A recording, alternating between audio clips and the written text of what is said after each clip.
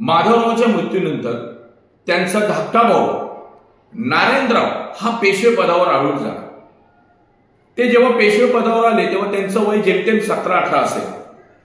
नारायणराव पेशवे पदावर आले ही गोष्ट त्यांचा सक्का चुलता रघुनाथराव याला बिलकुल आवडली नाही आणि रघुनाथरावापेक्षा त्याची पत्नी आनंदीबाई ही नारायणरावाचा अत्यंत मत्सर करत असे। नारायणरावाच्या खुनात झाली। मराठ्यांच्या इतिहासात अशा प्रकारची घडलेली ही एकमेव घटना की गादीसाठी आपल्या रक्तामासाच्या गोळ्याला ठार मारण्याची। म्हणजे त्याचं असं झालं की नारायणराव पेशवे पदावर आरूढ झाल्यावरती राघोबा दादांनी त्यांना त्रास द्यायला सुरुवात केली। त्याची परिसीमा गाठली ती आनंदीबाईंनी। काही इतिहासकारांच्या मते नारायणरावास धरावे असा आदेश रघुनाथरावांनी दिलेला असताना धच्या ऐवजी मा केला आणि मारावे अशा प्रकारची आजच्या भाषेत बोलायची झाली तर एक सुपारीच त्यावेळेचे जे गार्दी होते त्या गार्द्यांना दिली।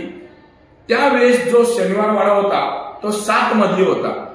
नारायणरावांना हे गार्दी जेव्हा मारायला आले तेव्हा काही इतिहासकारांच्या मध्ये नारायणराव 5व्या किंवा 6व्या मजल्यावरती होते।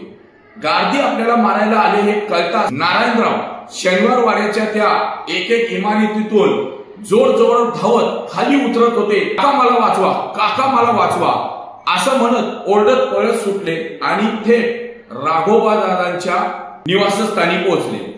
राघोबा दादांना क्षणभर काय ते कळलंच नाही।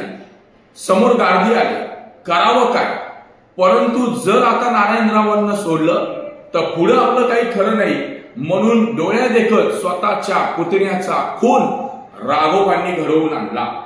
मराठ्यांच्या इतिहासामध्ये हे एक काळेकुट्ट असं प्रकरण आहे।